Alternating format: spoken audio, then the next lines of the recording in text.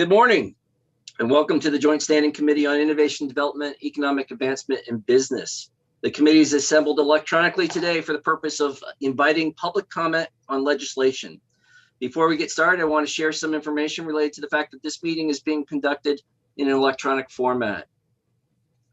This meeting is currently being live streamed on the committee's YouTube channel. This means that anyone who is participating in the meeting, and that means as a panelist, via Zoom can be seen and also heard if their microphone is unmuted. People testifying cannot be seen or heard until they are called upon to speak. This meeting will be recorded and available to view on the committee's YouTube channel soon after the meeting has concluded. In a moment, I'll have committee members introduce themselves. Before I do, I'll ask committee members and the public to take a look at their Zoom identifier. And so the public would be those who are sitting in as attendees currently and are planning on testifying. If you could take a look at your Zoom identifier and make sure it has your name and not iPhone number 6.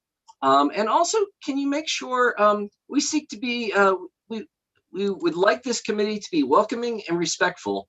And so if you could make sure that the honorific, the part before your name is accurate. So representative and senators, please make sure that you have your title there so people know how to address you. And members of the public, if you could also take a look at that. And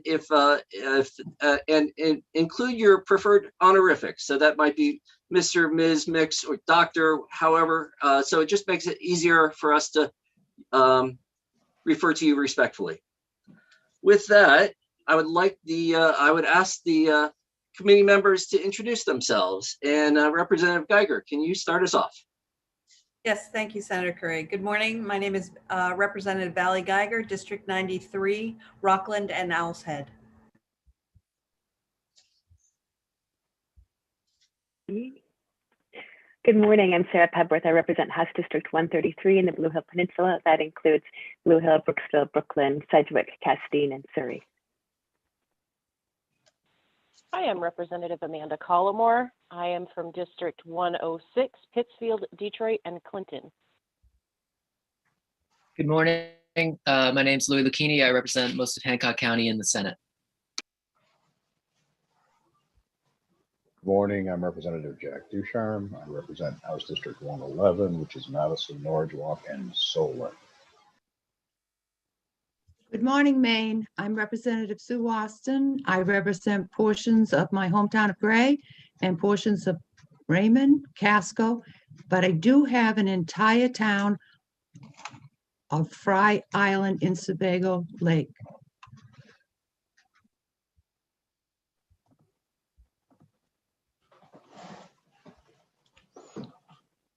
And who have we missed? Representative Hassenfuss isn't here, so it goes to Representative Bailey. Yep. Representative Kyle Bailey, House District 27, part of Gorham and part of North Scarborough. Good morning, Senator, and good morning, everyone. I'm Sue Bernard, and I represent Caribou, Westmanland, and New Sweden. And this beautiful picture behind me is for real. That was taken by a local photographer, so everyone come up and take a look at what it can look like in Aroostook County. Oh, it is beautiful.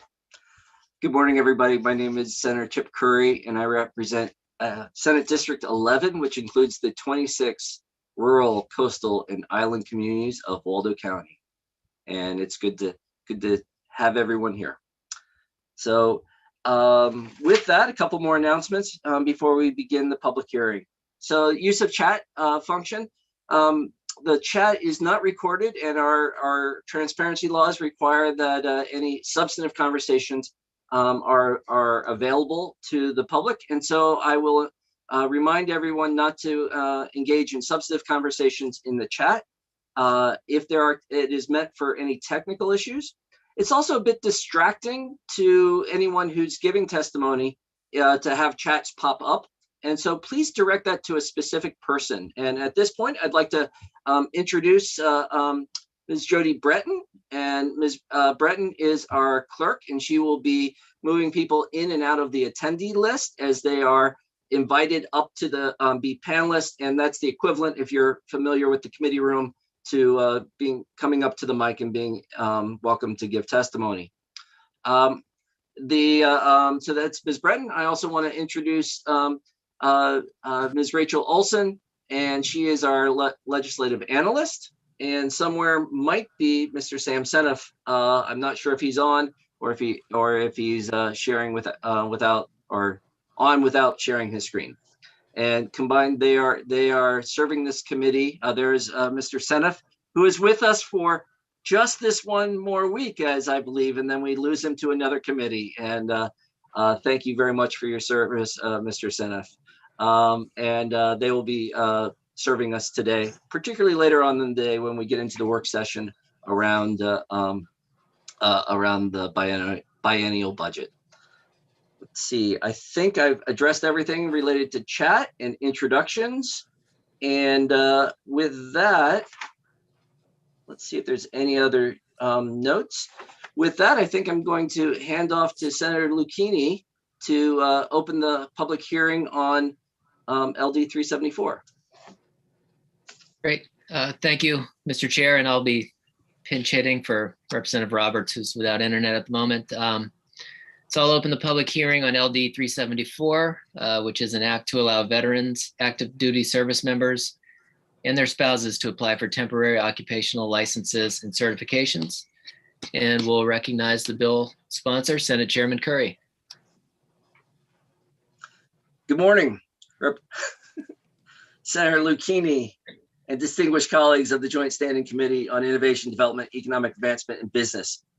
As you know, I'm Senator Chip Curry, and I represent Senate District 11, which includes all of Waldo County. I'm here today to present on LD 374, an act to allow veterans, active duty service members, and their spouses to apply for temporary occupational licenses and certifications. LD 374 seeks to address two important issues. The first is the unnecessary burden placed upon military families. Military families, especially military spouses, make great sacrifices in the service to our nation. Their career should not be one of those sacrifices. But too often, as families are relocated to new duty stations, military spouses whose careers are licensed must navigate new state certificates, licenses, courses, exams, and fees.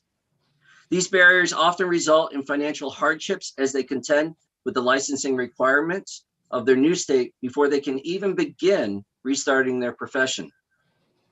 The second issue LD 374 seeks to address is the well-documented workforce challenge Maine faces. Maine's 10-year economic development strategy sets the minimum goal of increasing our workforce by 75,000 by 2029. While no one strategy will get us there, LD 374 aids this effort in helping us to attract recently separated veterans to come back to Maine. At its simplest, LD 374, along with the amendment I have crafted with the assistance of the Department of Professional and Financial Regulation, seeks to facilitate the speedy issuance of temporary licenses to active duty military, recently separated veterans, and their spouses, provided they already hold reasonably equivalent license from another state. These temporary licenses would give them the time to complete and/or document any remaining requirements needed for full licensure. As of 2020, nearly 110,000 veterans call Maine home. I'm proud that Maine is known broadly as one of the most veteran-friendly states in a variety of metrics, including our low veteran unemployment rate, 1.3%, our strong VA benefit administration centers, and our policy of not to charge income tax on military pensions. LD 374 would make Maine an even friendlier state to our current active duty military, their families, and our veteran population. In closing, thank you for your time and attention, and I'll be glad to answer any questions you may have. Thank you, Senator Curry. Are there any questions from committee members for the bill's sponsor? Representative Bailey. I believe you're still muted, Representative. Thank you. You're good. Senator, question for you, just so I'm clear, does United States Armed Forces, does that include National Guard? I assume it does. I just want to make sure that the terminology includes like National Guard who've been deployed, maybe for consecutive deployments overseas to be able to come here to Maine. And then my other question was perhaps around, I know you include spouses. I was curious about maybe how you might approach some sort of dependence. For example, perhaps an elderly parent that lives with a veteran and their spouse who may also be working, who may be under those that in that family household or a situation. I wondered if that maybe came up in these discussions or how you might approach that. Thank you. Thank you, Representative Bailey. The yes, the National Guard is included in the list of folks, and also no, the discussion did not present to non-spouses or to other family members, dependents or parents. So that's an interesting concept. The first I've heard that. Any other questions for the bill's sponsor? Seeing none. Thank you, Senator Curry. Okay, seeing no co-sponsors on the list to testify, we'll move to the public hearing portion.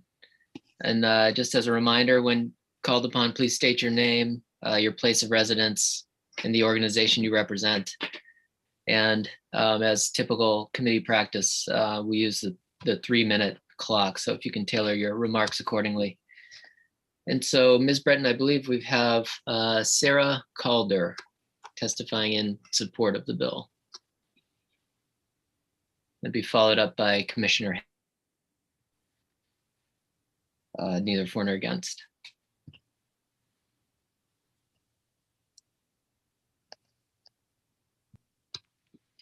Can you all hear and see me? Okay, I just didn't know. Good. All right, wonderful. Senator Lucchini, members of the committee, I'm Sarah Calder. I'm the Director of Government Affairs at Maine Health, and I'm here to testify in support of LD 374.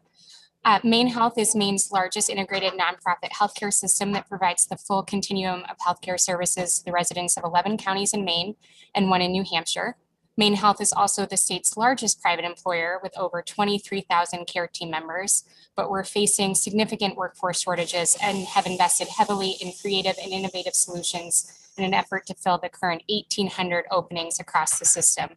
So these programs cover a broad spectrum from developing entry-level employees in frontline positions like environmental services to training tomorrow's physicians, which you all heard about the Maine Track program last week. So additionally, Maine Health actively recruits qualified veterans for our open positions. We've partnered with America's Job Exchange for several years, utilizing their diverse resume database for sourcing initiatives, as well as their vast reach of their job distribution platform, which targets multiple veteran job boards across the country. We also attend now virtually at Maine Hire a Vet events, as well as regular Career Center events. And then in addition, we also have an ongoing relationship with the organization Boots to Roots.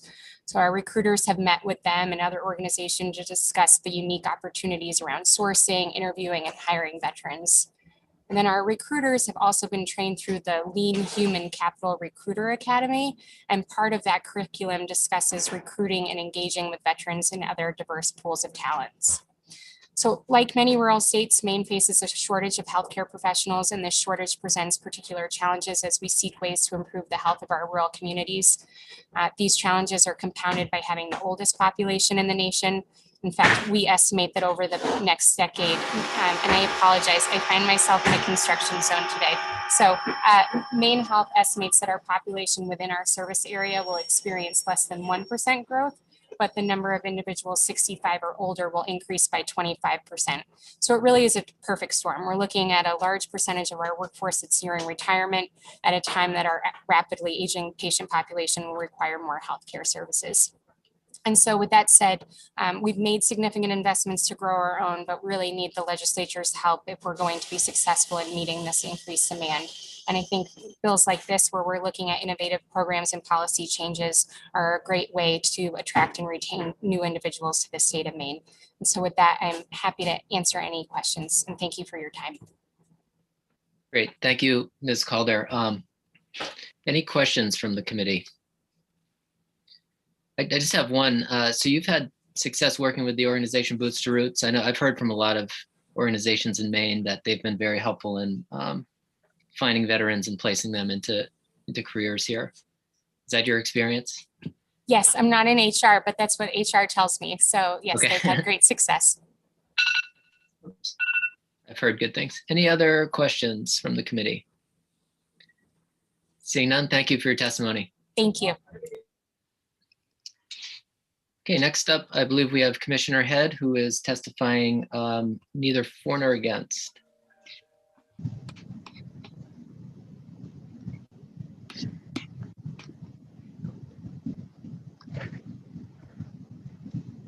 Senator Curry, representatives and members of the committee. My name is Ann Head, and I'm the Commissioner of the Department of Professional and Financial Regulation. When this testimony was drafted actually last week, I wasn't sure where we were going to end up with this. So I neglected to put in that I'm speaking in support of the bill and of an amendment that has been the product of a lot of discussion. And I want to give you just a little bit of history about my involvement. Back in the Baldacci administration, I was asked for the first time to become part of a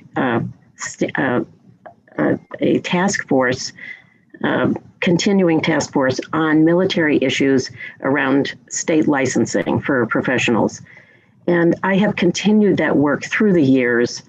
I've collaborated with the Departments of Defense, Veterans and Emergency Management, Department of Labor, and Department of Economic and Community Development on a number of programs. We have been in the forefront of efforts to ensure military applicants receive credit for relevant military training and experience toward licensure.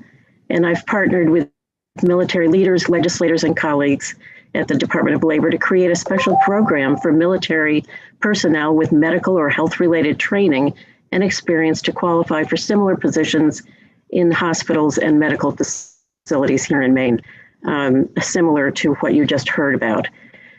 The agencies within this department continue to enthusiastically assist members of the military and their spouses achieve their professional goals and objectives. We recognize that the important intent behind LD 374 is absolutely valid, but as drafted, it raised concerns and some conflicts with existing provisions of state law, specifically Title 10, which is part of the department's enabling statute. Although we already have procedures in place to facilitate licensure for active military, veterans, and spouses, we have worked diligently with Senator Curry and others interested in this bill, and we support the proposed amendment. The amendment seeks to satisfy a U.S. Department of Defense matrix that ranks states based on certain activities that support military and their families. These measurements are used for military basing decisions and locating other DoD projects. The proposed amendment would preserve the senator's intent, satisfy the DoD matrix, avoid conflicts with existing law, and address concerns raised by many of our affiliated licensing boards. I do want to take just a few minutes to explain the amendment, if that's okay with the committee. Thank you. Yeah, thank you, Commissioner Head. Yeah, I think that would be great. That was a question I was going to ask anyway. Okay. With your indulgence then, and I hope you have a copy of the amendment in front of you. Yeah, I believe the amendment was emailed out this morning from Sam, so it's probably in everybody's boxes. It looks like a long amendment, but it's easily explained. The original bill added some language to an existing provision in Title 32, which is the title where all of our professional licensing statutes are located. As the discussion of this concept developed, it appeared that it might be a better approach to look at an existing provision in the DPFRs enabling statute, and that would be 8011, 10 MRSA section 8011 is an existing statute designed to call attention to veterans and military personnel and their spouses. So what we have done is updated the language describing which types of military personnel are focused on in this section. So we have added spouses of active duty service members in several places in 8011 to make it consistent from provision to provision, so that it makes absolutely clear that military spouses will be covered by this bill, this amendment. What is different here is a section which is 8011 sub 2 entitled temporary license. That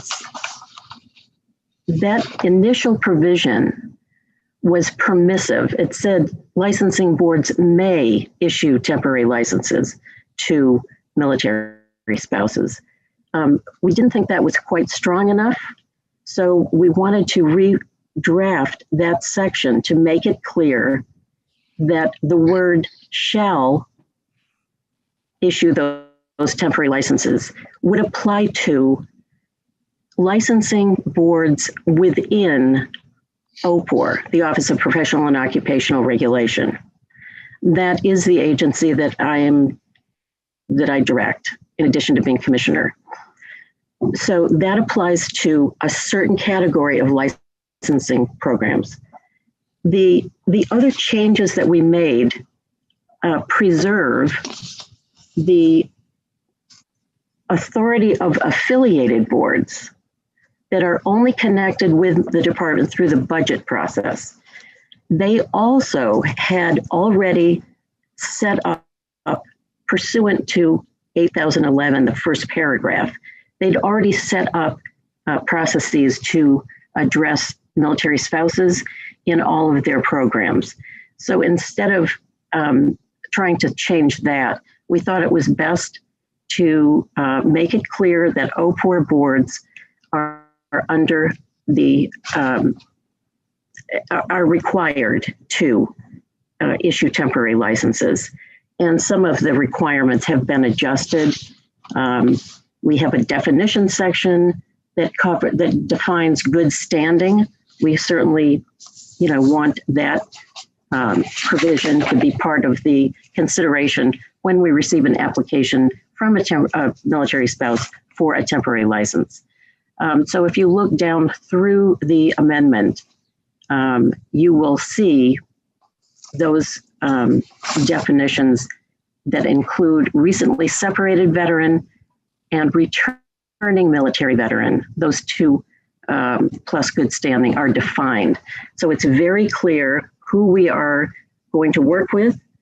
And I believe that satisfies, I hope that it satisfies the sponsors' intent, as well as Maine DOD and the affiliated boards that could not support the amendment, but are there in spirit.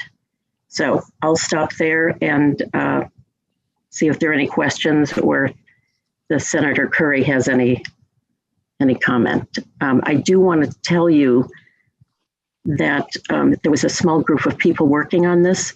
My deputy, Joan Cohen, from DVM, Scott Young, was instrumental in explaining to us what the military perspective is. And that's not necessarily something that we were totally familiar with. So we want to thank him and Joan, as well as the analyst, Sam Seneft, who I am so sorry to leave this committee. He is a delightful person to work with, and he is so thorough. And I'm sure Rachel will be the same way. So I'll stop there. Great. Thank you, Commissioner Head, for clarifying the amendment. Representative Pebworth. Thank you, Mr. Chair. Thank you, Commissioner Head, and thank you, Senator Curry. I have a couple quick questions. One, the very beginning, it says by January 1st, 2014. I think that needs to be changed. Second question is this a bill that is typical in other states? And then my final quick question is 3 years is the amount given for recently separated veteran. And I'm just wondering why that was the date landed on. Thank you.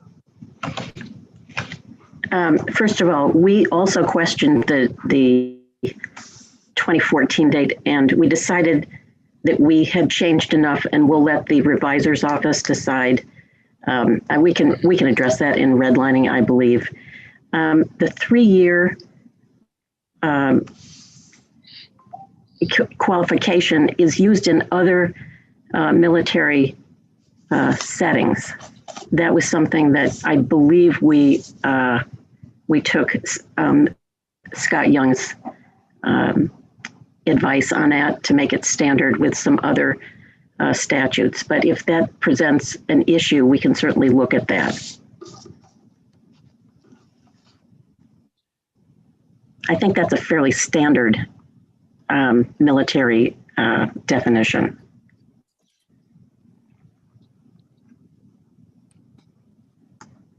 Great. Thank you, Commissioner. And yeah, we can follow up with Scott Young as well on that. Sure.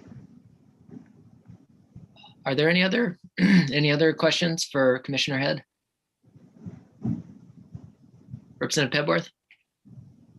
Sorry, my final question was if this is a practice that's done in other states. Yeah, I'm sorry, I forgot that. Yes, it is. There are some states that are very much in the forefront of supporting military families in general. And yes, our advisor from DOD was very careful to make sure we had those states in our line of sight, and we were very happy with that information. And if you would like that, those states, I would be happy to provide those for the committee, and that those could be added to the file on this bill. I would appreciate that. Thank you. Sam. Oh, sorry, Sam. I think you're still on. There you go. Yeah. I can work with the department to get that information for the committee for the work session. Great. Thank you. Any other questions from committee members for Commissioner Head? All right, seeing none. Thank you, Commissioner, for your testimony. Thank you. Okay, and Ms. Breton, I believe that's all the people who have registered to vote. Is that correct? Or sorry, to testify? That is correct, Senator. Okay, so seeing no other testimony, I will close the public hearing on LD 374 and turn it back over to Chairman Curry. Thank you very much, Senator Lucchini. And that is an interesting experience to just stay quiet. So I like it. It's actually nice. So we'll now open up a public hearing for LD 459, an act to change the licensing authority for tattoo artists. Ms. Breton, is Representative Justin Fecteau in the attendee list? No, he is not, Senator. Okay. Representative Justin Fecteau reached out to the committee chairs and leads prior to this and indicated that he wished the committee to vote this bill ought not to pass. He has, in further review with the with those that he was working with in the sector, he decided to withdraw it. However, it was too late to withdraw. And so it does require a report out from this committee. And once for our education, once a bill has been advertised for a public, LD has been advertised for a public hearing, we have to go forward with a report out. I want to check in with Ms. Breton. Given that information, who is here for testimony? I believe just Commissioner Head, who was testifying against this bill. Okay. And I think we can see hands raised in the attendee list. If Commissioner Head, if you'd like to speak on this bill, given the request from the sponsor, then raise your hand. And I'm not seeing that. Actually, I can't tell if it's not working or if it is working. So at this point, what I'll ask is to go ahead and bring in Commissioner Head to just confirm that whether she wants to give testimony on this. Thank you, Senator Curry. I'm not exactly sure what is the appropriate. I'm not. I did submit testimony in opposition to the bill. I can speak to that if that's appropriate. The public hearing is open, so anyone that wishes to give testimony can. Okay. We also have your written word. It's really up to you. I think what is the case is oftentimes when a bill sponsor pulls it, those who are in line for testimony may choose not to give testimony, or they can, but it's your choice. Okay. I would just make one comment. Obviously, the tattoo artist licensure program is currently within DHHS. It has been there since the inception of that program. There are conversations from time to time about shifting the location of a program into OPOR, into the Department of Professional and Financial Regulation. And that may seem like a very easy thing to do, but actually it is not. The inspectors that DHHS has to meet with tattoo artists where they work is those inspectors also inspect restaurants and other food establishments. So they have a wide-ranging task to inspect certain areas of the state. On the other hand, my staff has no experience at all with tattoo artists or any kind of micropigmentation or whatever else is included in that program. So inspectors in OPOR are deployed to our trade areas, so they would not have, it would cause quite a disruption if that were to happen. And there would have to be a pretty good reason for that. So I will leave it at that. It's just not something that is easy to do, and there has to be a pretty good reason for it. Thank you. Thank you very much. And seeing no other, Representative Austin, questions? Thank you, Mr. Chair. Commissioner Head, just to clarify, is electrolysis with you folks, or is that over at DHS? That is at DHHS. Okay, thank you. Are there any other questions for Commissioner Head? Seeing none, thank you very much for your testimony. Thank you. Seeing no other folks have registered to give testimony on LD 459, I'll declare this public hearing closed.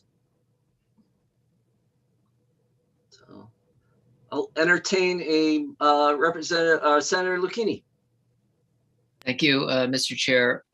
Given the sponsor's intent to pull this, I'd make a motion we go straight to work session.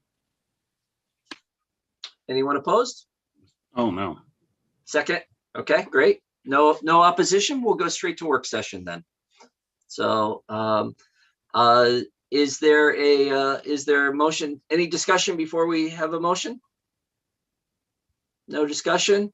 Senator Searway, were you trying to to make a motion? Yeah, I'll make a motion not to pass LD 459. Is there a second? Second. Second, Senator Bernard. Is there any discussion? Representative Austin, you have your hand up, or is that from previously? It's from previous? Okay. No further discussion? Ms. Breton, can you call the roll? Yes, so we are not to pass. Motion made by Senator Seaway, seconded by Representative Bernard. So on a not to pass, if you want to go ought not to pass, you'll be voting yes. If you don't, you'll be voting no. Representative Geiger. Yes, ought not to pass. Representative Geiger, yes. Representative Andrews is absent. Representative Pebworth. Oops, we've lost Representative Pebworth. Representative Collmore. Yes. Representative Collmore, yes. Senator Lucchini. Yes. Senator Lucchini, yes. Senator Seaway. Yes. Senator Seaway, yes. Representative Ducharme. Yes. Representative Ducharme, yes. Representative Austin. Yes. Representative Austin, yes. Representative Hassenfuss. Yes. Representative Hassenfuss, yes. Representative Bailey. Yes. Representative Bailey, yes. Representative Bernard. Yes. Representative Bernard, yes. Representative Roberts is absent. Senator Curry. Yes. Senator Curry, yes. So that's 10 yes, none in the negative, and 3 absent. Seeing a unanimous vote ought not to pass of those present, we'll declare this work session closed. See, next we have our work session for the biennial budget. Am I skipping anything? Oh, yes, I am. Before we get into the work session on the biennial budget, we have a couple new members who weren't able to introduce themselves. Representative Hassenfuss, could you introduce yourself? Representative Tavis Hassenfuss, House District 81, Winthrop, Reedfield, and North Monmouth. And Senator Seaway, welcome. Good morning. My name's Senator Scott Seaway. I represent District 16, which covers Waterville, Winslow, Fairfield, Benton, Albion, Clinton, and Unity Township. Thank you. Ms. Olson, are you ready to walk us through the biennial budget? And I just want to note we have a number of folks in the attendee list. Commissioner Head, well, a number of folks, I think we all have access to them. So if you can go ahead and walk us through the budget. And as we, my plan for this is that we will walk through it and ask questions with each item. Can we bring in, Kate, actually, I think we can bring in all of the attendees that are speaking that will be ready, and we'll just, that way they're ready and we can ask them questions when it's time.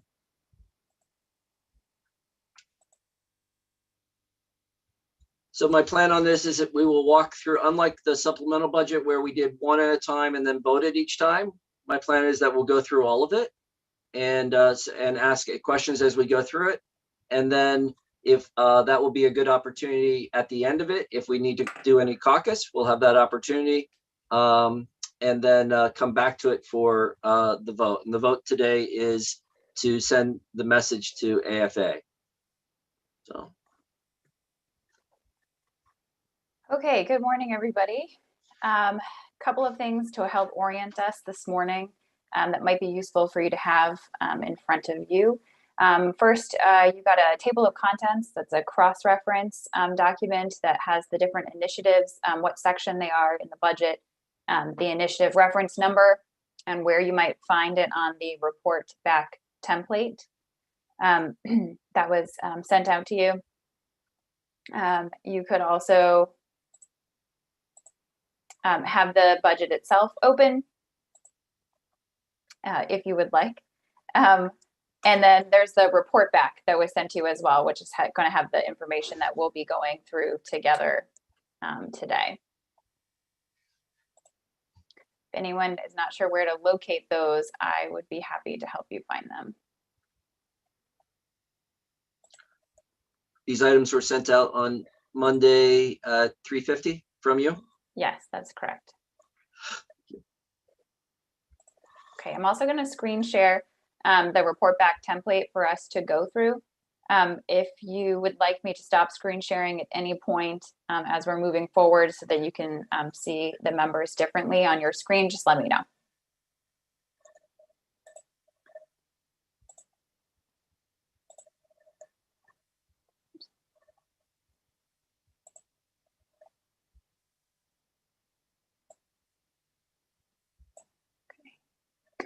All right, so we're going to walk through these section by section, and I'll pause for questions, making my screen a little bit bigger so I can try to see all the members.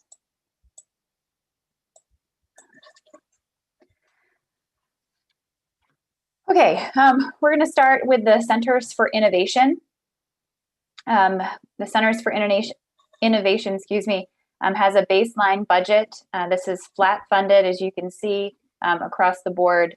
Their request for 21-22 and 22-23 is $118,009. And that is the only section for the Centers for Innovation. I'd like to, Ms. Foy, if there's please let me know. I can't see you, but if there's a time when you wish to speak on this, please just let me know if there's more, if you want to say anything, or if you just want to respond to questions during this, that would help the committee. Mr. Seneff. Sorry, Rachel. I just wanted to remind the committee that you have both the initiatives that you will be voting on, and if the committee has any feedback for AFA on any of the other baseline budgets, if you think something needs to be adjusted in those baseline budgets, you can also express that to AFA in your feedback. So as you go through this, if you see something that you think looks like it should be different, the committee can express that as well, not just on the initiatives. So to be clear, Mr. Seneff, the initiatives are all the changes, but we also have the ability to express our sentiment about anything else. Correct. Okay, thank you.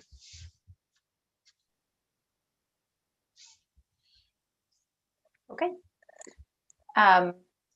Moving on.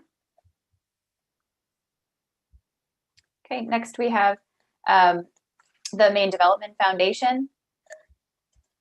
As you can see, this is also flat funding, requesting $58,444 for each of the 2 years.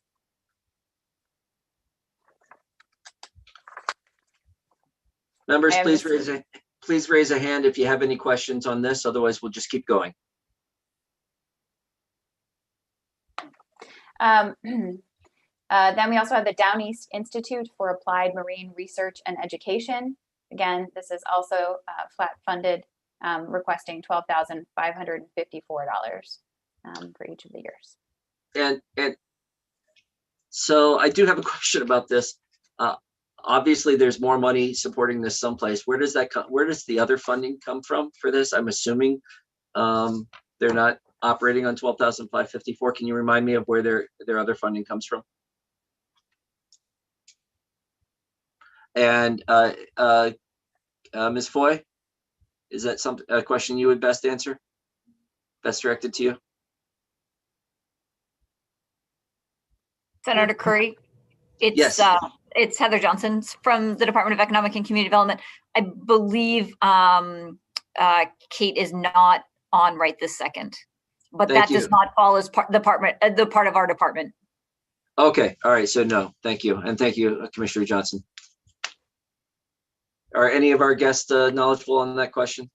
It's not directly related, but I am just curious. Okay, thank you. We can always come back to this when Ms. Foy is available. I don't think it's necessary for the vote. I'm just curious. All right. Go ahead. Okay. Now we're in the Department of Economic and Community Development.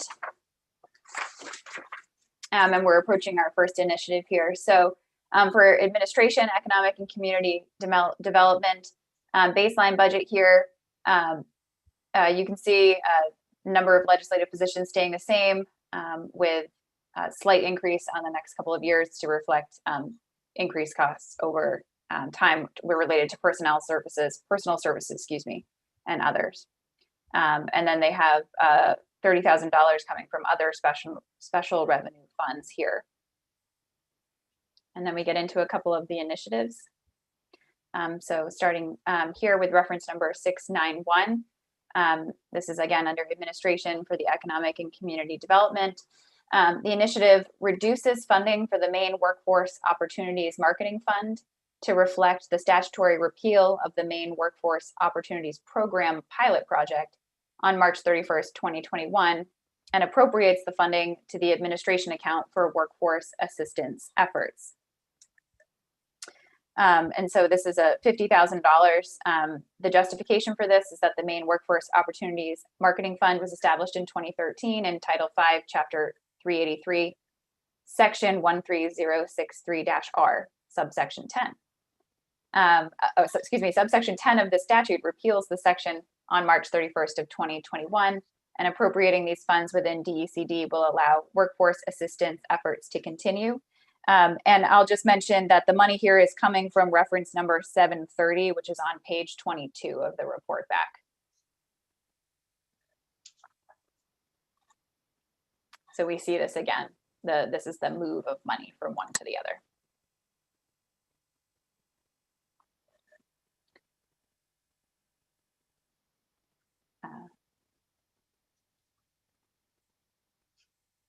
Oh, Representative Geiger, thank you. Thank you, Senator Curry. Rachel, this is probably an obvious question to everyone else, but walk me through. I'm not understanding the numbers on other special revenue funds. That in the history, there was a $4 million accredited to that fund. And for the next 2 years, only 30,000. Was that a one-time? Help me understand that, what I'm seeing here. Sure. I don't actually know the answer to that. Mr. Seneff may, as I think he was around then, but we also may be able to ask the commissioner. Commissioner Johnson? Do you have an answer on that question?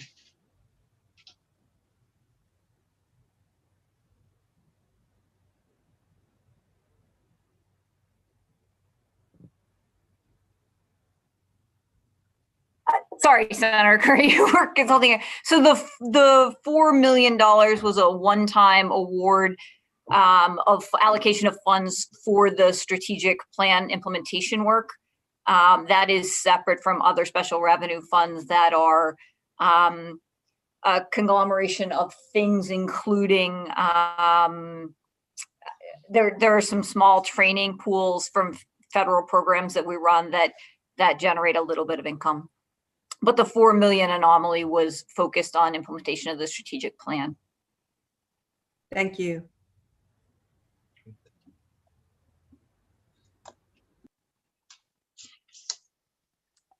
Go ahead, Ms. Senna, or Ms. Olson.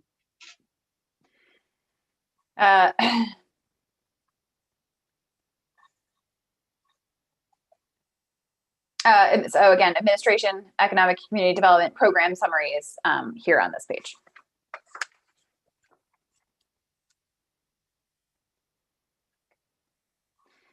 Next up, we have the Applied Technology Development Center system. Again, this is flat funded out of the general fund, 178,838.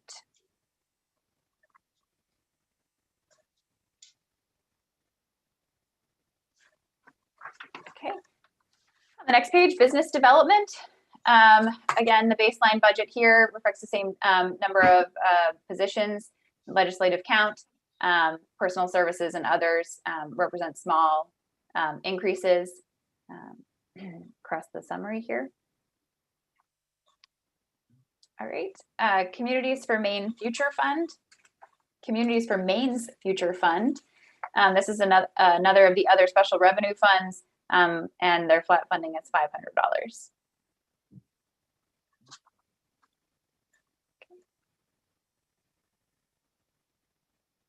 All right, this one has a couple of funding sources indicated here. Representative Cullimore. Hi, yes. I just had a question about, it's a Communities for Maine Futures Fund. What other funding do they have other than that $500? Commissioner Johnson. Thank you, Senator. There isn't, it's a placeholder to keep the account open. It's not an operating program at this point. Okay. All right. Thank you. Go ahead, Ms. Olson. Okay, so now we're in the Community Development Block Grant Program. A couple of funding sources in here. First one from the general fund deals with the positions, personal services, and all other. There's Federal Expenditures Fund, 1.5 million. Other special revenue funds to fund one position, personal services and other, and then a federal block grant fund, which funds 5 positions and associated costs. And then we get into our next initiative here, reference number 706. This initiative would transfer one public service coordinator, one position, and related all other from the Community Development Block Grant Program, other special revenue funds within the Department of Economic and Community Development, to the Solid Waste Management Fund Program, other special revenue funds within the Department of Administrative and Financial Services. And so you can see the reduction for 2021 and 21-22 and 22-23 here as a result of that transfer. Representative Cullimore. Is that a position that's no longer needed for the Community Development Block Grant Program? Sorry, the justification I think helps explain that, which I hadn't gotten to. Sorry, the oversight of the state's 3 landfills was assigned to DECD when the State Planning Office was dissolved in 2011. But DAFS, the Bureau of General Services, is the owner of these landfills, and oversight should exist within that department. And so this initiative relates to Administration C-A 1014. So this is somebody who would have been supporting it under this, but it's now been moved, so they have to move that line item? Yes, that is my understanding. Okay, great. Thank you for the clarification.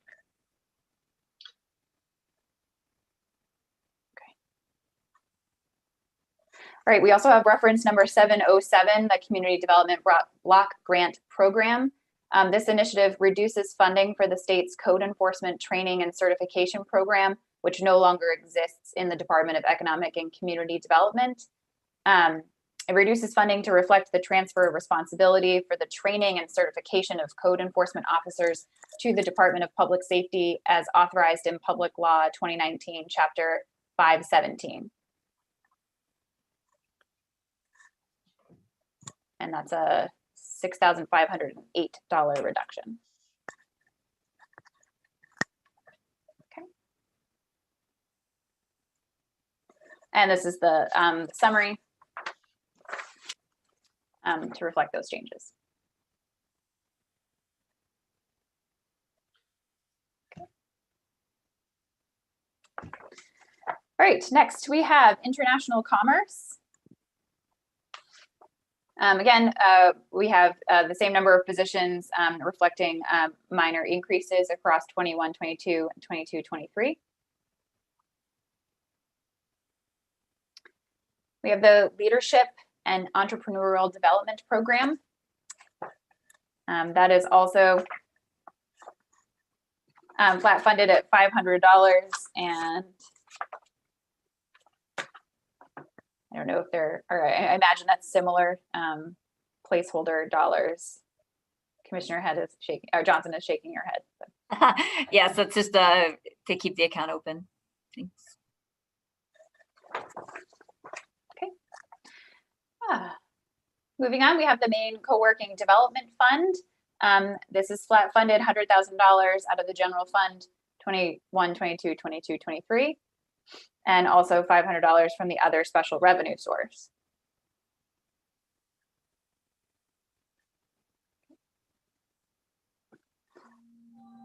All right. The Maine Economic Development Evaluation Fund, also as flat funded at $200,000, coming from other special revenue funds.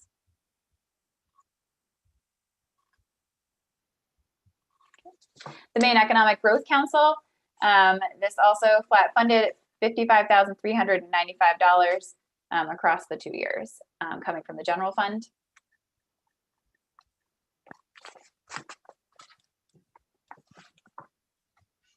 Senator Curry, I have a question. Thank you.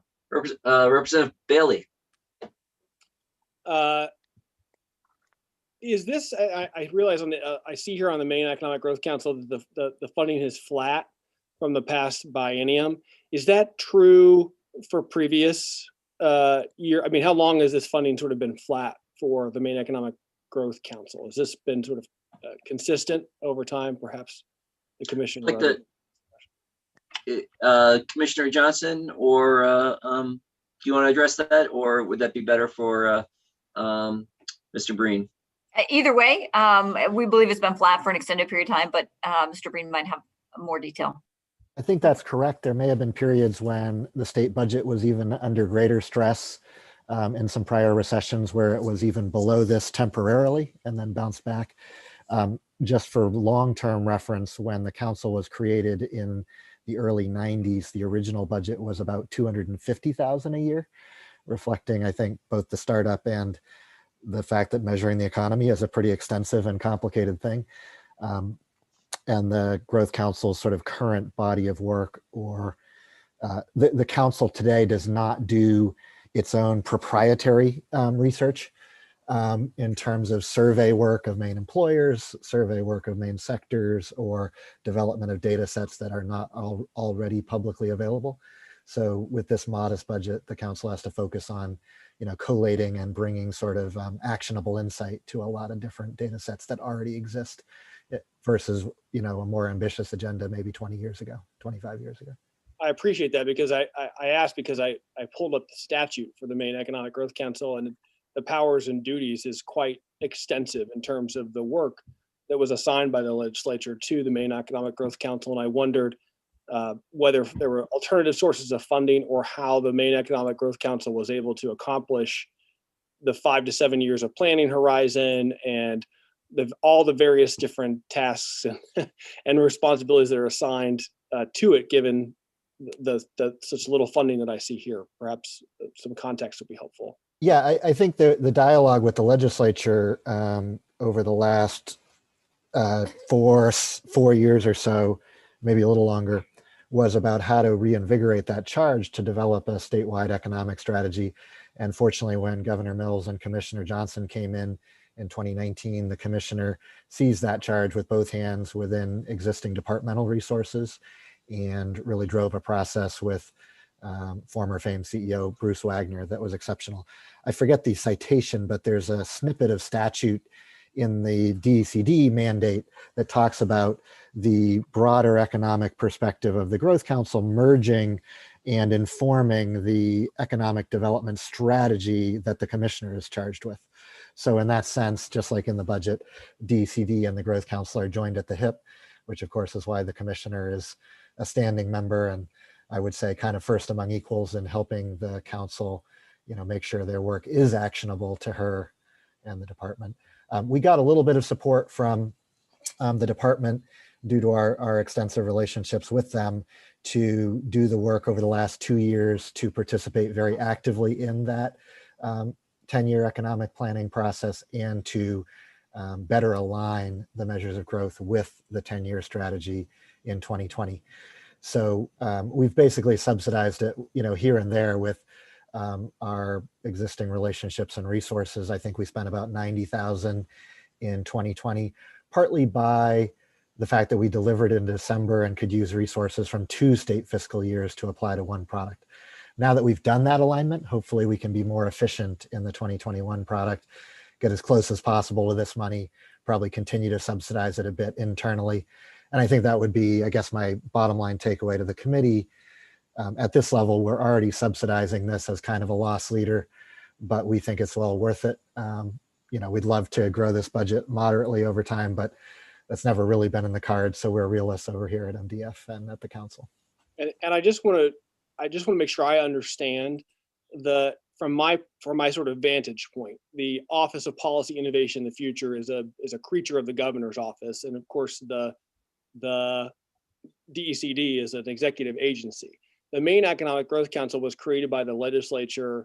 It's funded, through the budget of DECD, but it sort of operates as a report back to the legislature with members of the legislature serving on it. So in essence, it's sort of an extension of the legislative process, a creature of the legislature to operate on economic development. I'm just sort of trying to understand here, in what realms does the executive branch engage in this work, and what realms does the legislature engage in this work as a co-equal branch of government to be a collaborative partner in this process, rather than simply receiving legislation from the governor and approving it or bonds or entertaining those.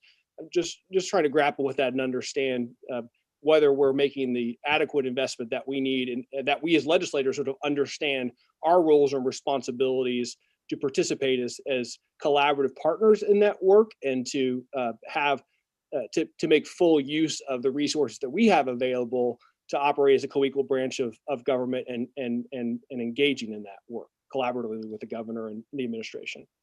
Sure. I mean, I would certainly ask Commissioner Johnson to speak to the executive branch's perspective. Fundamental, though, the council includes the economic development or her designee. Currently, that designee is Martha Bentley, who is also staffing the implementation of the 10-year economic plan. So I think the alignment and the synergy, while preserving the independence of the Growth Council, as you've alluded to, that independence or that collaboration is reflected on the fact that the other 18 members of the council are actually jointly appointed by the governor and the two presiding officers. They're not confirmable positions, but they're jointly appointed. So we like to say it's the toughest thing in the state to get appointed to. Even the 4 legislative members are joint appointments.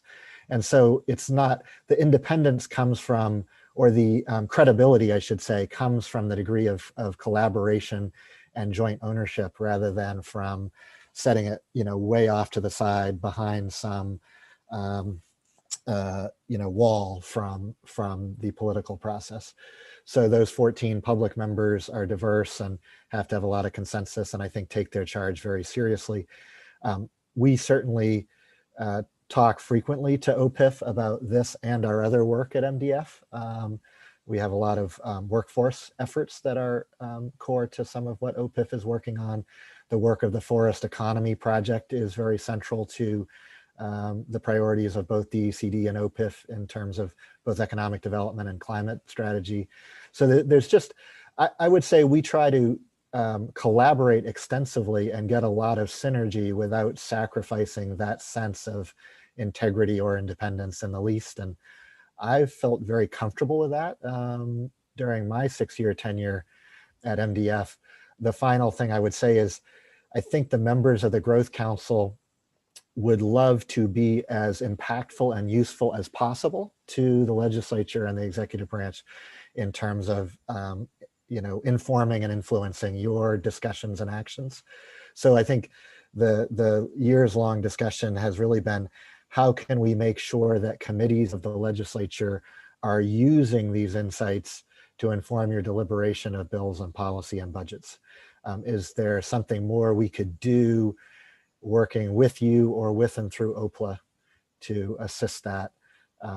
You all have the document available to you, but what else could we do within finite resources to help you make it actionable? I appreciate that. And I just as context too, for the members of the executive branch who are on the call to sound adversarial, quite the reverse is true. I want the legislature to make sure that we're stepping up and funding the things that we need to fund and being a collaborative partner, so that, I think the 10-year plan is awesome, and we need to make sure that we meet those goals and that we're fully engaged in that process. So that's where I'm coming from. So I appreciate that information. Thank you, Mr. Breen. Commissioner Johnson, did you want to add anything to Mr. Breen's response? I don't. I think Mr. Breen did a great job covering it. I think it is a very good collaborative working relationship that we continue to try to move forward, kind of collectively move forward and make sure that we are measuring the pieces that are most important and being able to kind of point to things that we can make progress in or need to be making progress in. So we appreciate the partnership with the Economic Growth Council. Great. And Mr. Breen, I have, from what you said, what just if you can confirm this to be true, my sense is if the Economic Growth Council wanted different indicators that were not kind of off the shelf things they could get from other researchers, you would either have to get other funding that you'd piecemeal it together, which is problematic because you like to have your indicators long term, every year after year, or you'd have to have this number be higher. Like if there was something you were trying to find that would require research that you created yourself, that would be a much bigger number. Yeah, and just to tie the two together, and the commissioner, a great example of that is the phenomenal research that Andy Crawley and associates at UMaine did around the high value added, high growth, highly concentrated sectors of the Maine economy that are the 4 themes that inform the 10-year strategy. That was highly intensive one-time data sets that a couple of really skilled economists had to do. That's an example of something that, personally, I'd love to see the state up years. It certainly would be beyond the scope of something that, the Growth Council could take on with existing resources. Perhaps UMaine and DECD could pull together resources along with us to do something like that. But there's definitely things where it would be great to go deeper or to periodically. It's saying my internet connection is unstable, so I hope you can still hear me. We've talked off and on over the years about specialized data that MTI or others would like to have. I think some of those needs were filled by national data sets available by the Kauffman Foundation Entrepreneurial Index. But there's frequently dialogue about things we would all wish we had a deeper, richer kind of set of quantitative or qualitative insights about. If there was something that we all identified as a priority, we might be able to cajole others, whether funders or a partnership with the Boston Fed or what have you. There may be avenues to generate key insights, if we all had the same felt need about what they were. Thank you very much. Let's see, no other questions. I'm going to ask Ms. Olson to continue. Remember to unmute myself. Okay, so we have the Maine Small Business Entrepreneurship Commission. I feel like maybe I've said this, I'm repeating myself, maybe not. Baseline budget, $683,684. Okay, then we have the Maine State Film Office. Again, this is funding one position, minor increases to reflect increased costs over time. $274,384 in fiscal year 21-22 and $275,540 in fiscal year 22-23.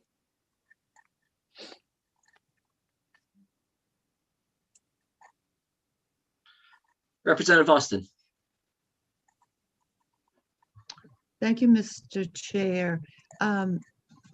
In seeing this, it reminded me that I believe I asked Commissioner Johnson to be able to give us some insight as to what actually had been performed by the film company this year in view of the shutdown. And maybe that would just help dovetail into this present financial allotment, if you will.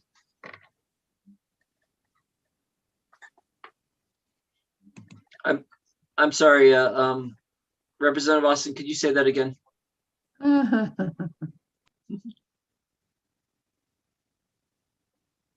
You're muted. it was a bit elongated. Let me try again. I believe when we, for the supplemental, when this came up, I asked Commissioner Johnson if she could give us some sense of maybe what might have been projects for this last year during the shutdown. Maybe she sent some. I don't remember. She was going to try to gather that information for us, but that might help just in looking at this new allotted amount if she could.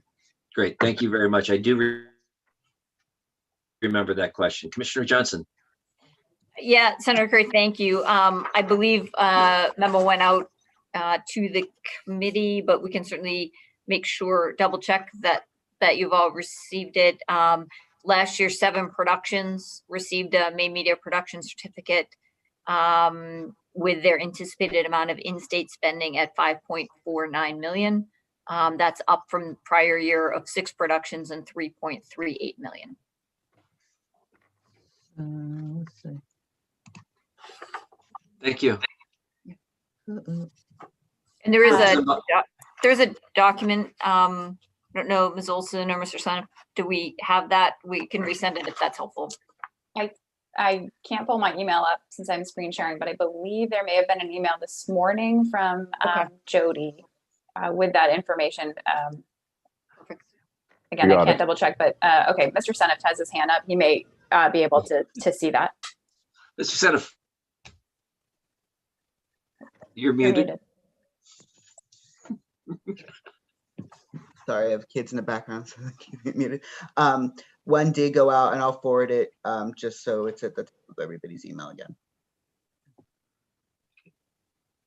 And Representative Austin. Yes, thank you. Thank you, Mr. Chair. Commissioner, so did I hear it right that we actually did more during the shutdown for film work than we did the previous year? Did I get that correct? You did a little bit more. Some of our local productions are up a little bit, as well as Gordon Ramsay shot here over the summer. So we had a couple of kind of out-of-state productions that were unique to the year. Chopped shot here as well last year. So there were a couple of more unique situations because there was a path forward for these film productions to come to what they deemed a safe destination. They came in, they tested, they quarantined during the period of time that they needed to do that, and then they were able to kind of film in a destination that was a destination of their choice. If I might, could I ask one following question? I know over the years we've had this information, but can you remind me how do we gauge the reach of those dollars and what it brings back? I mean, I know that goes into the whole tourism thing and et cetera, et cetera. Is there a simple kind of way of couching what that does for us? Any sort of way? Representative, let me see if I can try to answer that question. If I don't do it justice, let me know. There is a metric of how much each crew would spend in state on activity here. Are they hiring in-state crews? Or are they bringing in crews? Those have different the variables that come with them. And then obviously there is a film tax incentive on the books as well. Right. So those pieces kind of work together. Okay, thank you very much. Thank you. And Ms. Olson, please continue. Okay. Excellent. That brings us to the Maine Workforce Opportunities Marketing Fund. This is their baseline budget out of the general fund is $50,000, representing the flat funding here. But this is where we're revisiting from earlier. So the Maine Workforce Opportunities Marketing Fund is being statutorily repealed on March 31st, 2021. And they would like to appropriate the funding to the administration account for workforce assistance efforts. So here is the reduction of $50,000 that we saw earlier being added to the budget.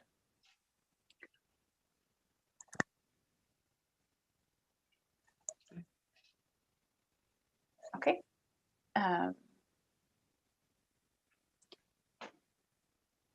The Office of Innovation.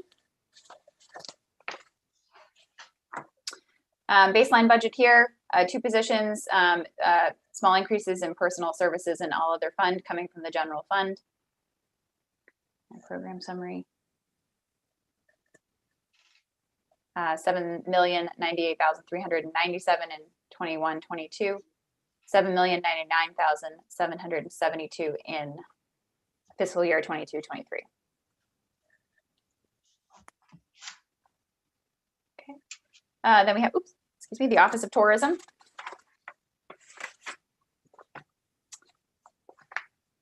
The Office of Tourism from other special revenue funds in fiscal year 21-22 is 18,453,524 and 18,471,007 in fiscal year 22-23. Same number of positions. And then we have the initiative reference number 696. Which reduces funding to align with dedicated revenue as projected by the December 2020 Revenue Forecasting Committee report. So this initiative adjusts all other funding to bring allocations in line with the December 2020 Revenue Forecasting Committee report.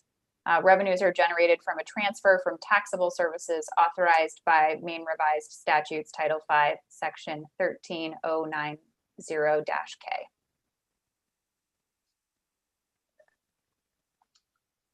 Any questions? Representative Collmore. Thank you, Mr. Chair. I seem to remember us hearing something about funds that were left over being allocated to replace that. Do I remember that correctly? Sure. Commissioner Johnson, did you want to address that? Yes, so thank you, Representative Collmore, for the question. You won't actually see that reflected in this budget piece. It would be just a carryover account. Okay, but so by losing this amount for 2021 and 2022, we've already covered that by something else that we've discussed, correct? That's right. This is an adjustment to the allocation to true the budget allocation piece, and then that sits in a separate fund, a separate account. Okay, great. Thank you. So I guess I didn't follow that as well, Commissioner Johnson. So the reduction, can you tell me where the reduction comes from? So this account is a projection because this fund is created as a percentage of a tax. Right. And so because revenues were lower, this was a little bit lower, but because we had oddly enough, almost exactly the same amount of money left in an account, what you approved was the ability to carry that over so that we wouldn't lose it. Great. Which we appreciate very much. Thank you. Yes, thank you. I just wanted to make sure. So that this adjustment that you have is just based on the projection of what we would get from the percentage from the tax. Okay. Ms. Olson? All right. Program summary for the Office of Tourism. You can find here $16,409,737 in fiscal year 21-22 and $18,501,778 in fiscal year 22-23. So that's the program summary. Okay, the next fund on page 25 is the Renewable Energy Resources Fund. This also comes from other special revenue funds and is flat funded at $88,000 in both of the fiscal years.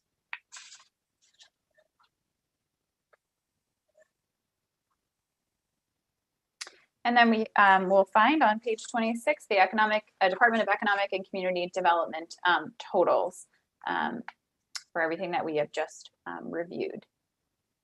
Fiscal year 21-22, $53,806,883, and fiscal year 22-23, $55,942,478. All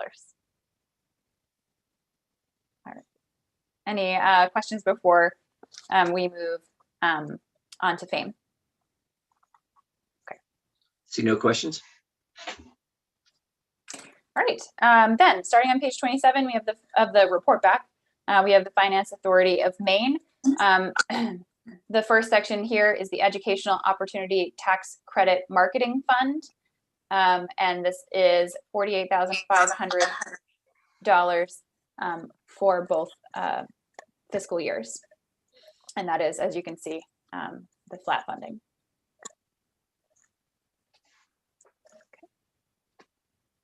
We have the dental education coming from the Fund for Healthy Maine, $237,740 for both fiscal years, representing no change from the previous biennium.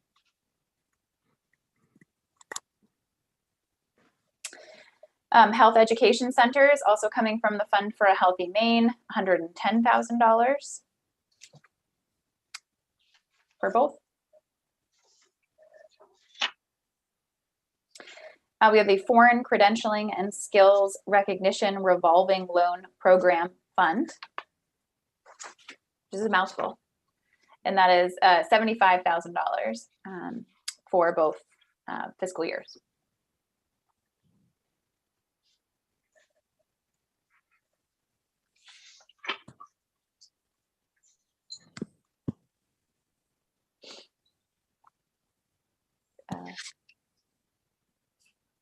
I'm sorry, Representative Geiger. Yes, hi. Can I just ask a question? Thank you, Senator Curry, about this fund, Foreign Credentialing and Skills. I'm thinking mainly of recent article in the Portland Press Herald about how many new immigrants with high skills desperately needed in Maine, but unable to make to be credentialed here. Is this loan for that purpose? Good morning, Representative. Bill Norbert from FAME here. It is in a way related to that, certainly, but what it really is about is for those individuals who have applied for a work visa. So they have these great credentials and they're waiting for the feds to approve their work visas.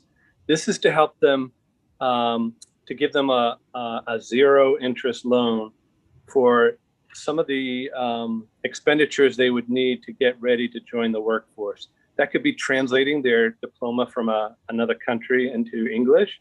It could be for fees related to taking the required English language exam. It could be for transportation to go down to Boston to take that exam, those kinds of things. So it's definitely related to your concept. And sir, is it, how many people apply versus how many are able to be funded with this relatively small amount of money? Right. So it's a relatively new program and 0 applications have been received so far. In talking with the experts who work with this population, they say it's because of a combination of factors. One, the COVID, obviously, and secondly, because of some changes at the federal level with regard to rules governing work visas. With the change of the administration, some folks have been waiting for new rules. So we do anticipate this to pick up. Thank you very much, sir.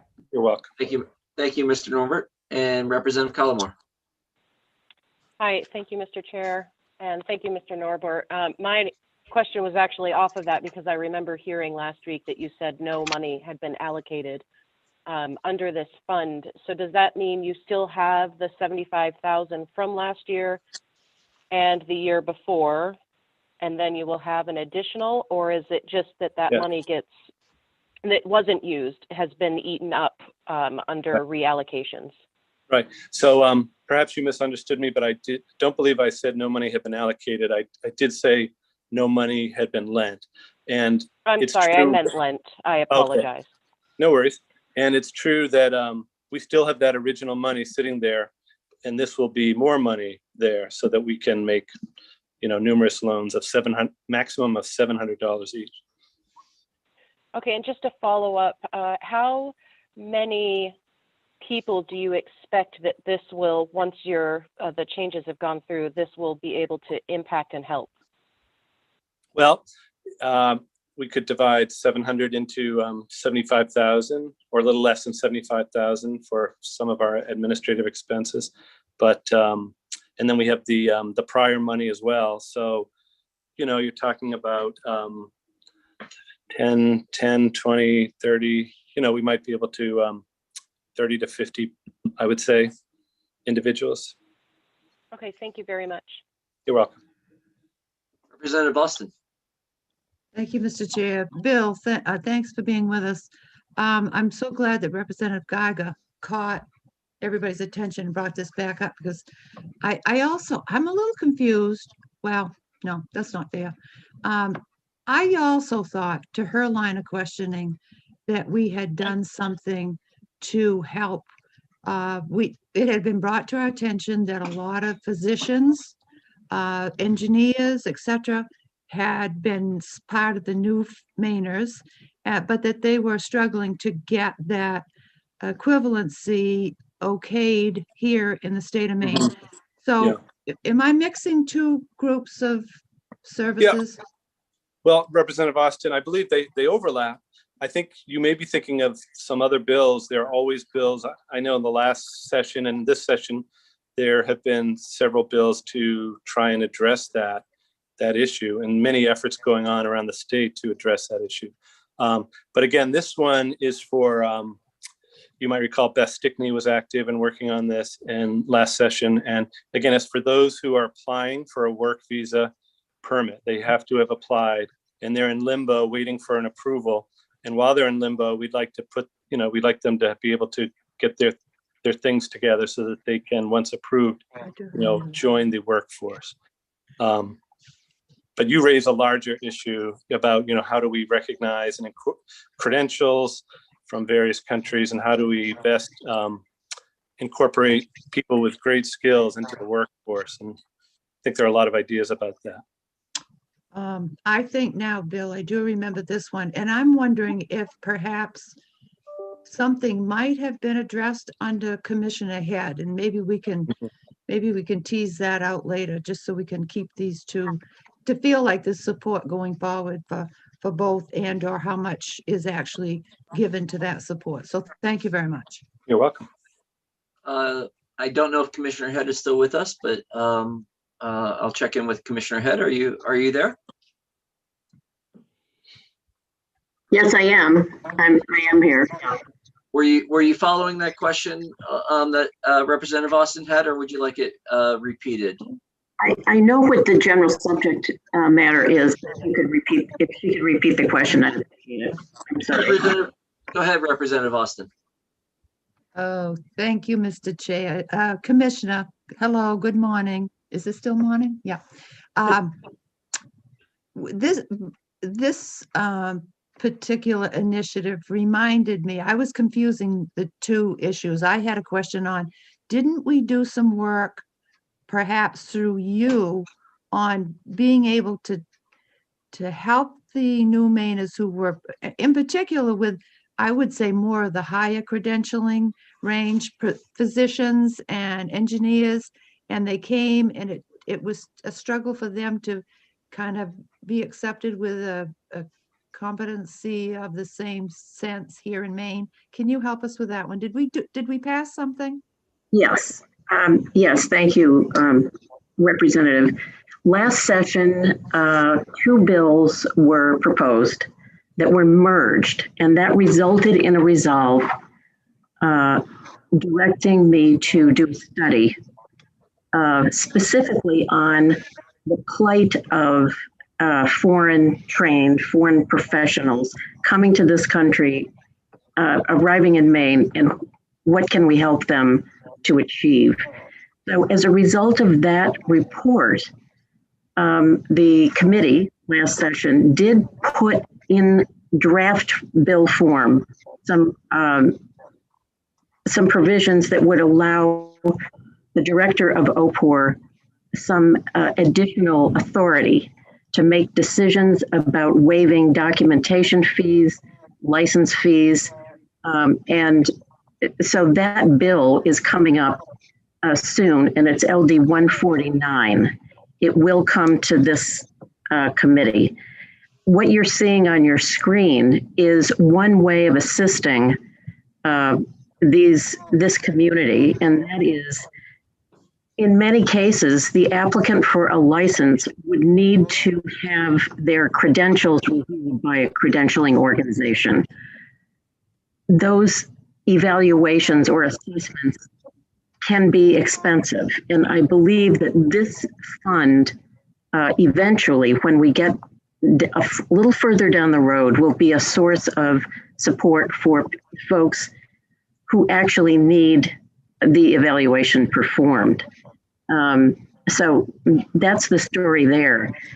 We have also, as a result of the resolve, taken on a new partnership with the Cutler Institute, which is part of USM, to move forward into a project that would produce licensing guides for folks that we're trying to reach right now. And that would be useful for the folks that are here in the country that have advanced degrees achieved in another country, and they're trying to get installed, trying to get into a position of achieving employment status that meets their skill level. So, this is a very slow process. We work diligently with our partners, and there are several agencies that are working on this together. So eventually I'm going to come to you and explain what we are doing and what we're asking of this committee, and that would be LD 149. So I can be more specific. I can forward information to you, but that's the connection between this fund and what we're doing in the licensing area for foreign trained professionals. Thank you so very much. And Mr. Norbert, I'm familiar with the credentialing challenge when people have transcripts from other schools outside of the U.S. And often it's about $700, $600 to have a course-by-course evaluation and translation. Is that what we're talking about? That's included, the type of thing that people are looking for? So Yes. Okay. Great, thank you. Representative Geiger. Thank you, Senator Curry. This is a question for both Commissioner Head and Mr. Norbert. So we just heard testimony in which the commissioner said she supported on LD 374, which was about providing provisional licenses for those out of state with credentials. Is there any reason we couldn't use that model for those with advanced degrees coming from other countries? I just unfortunately have known so many, particularly physicians and nurses, who were unable to make their way through our process and are not working as physicians or nurses. Well, before you answer, Commissioner Head, I'm noting that we're kind of starting to go down a rabbit hole on separate from the budget, but I want to give us some time on that. So, Commissioner Head, if you wanted to respond to that, and but I want to make sure we bring it back to the budget as we can. Right. That is a possibility, yes. However, the professions that you've named are licensed by affiliated boards. They have their own processes, and they are separate from the department in that sense. They have their own established processes for foreign trained professionals. So my bill, or the department's bill 149, would not include those professions. So that's the answer to that. Thank you. Ms. Olson.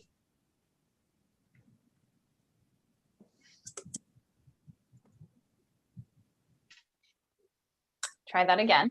I believe we've moved on to the Small Enterprise Growth Fund. Their baseline budget is coming from the general fund at $500,000, which is flat funding from the previous biennial budget. So $500,000 for fiscal year 21-22 and 22-23.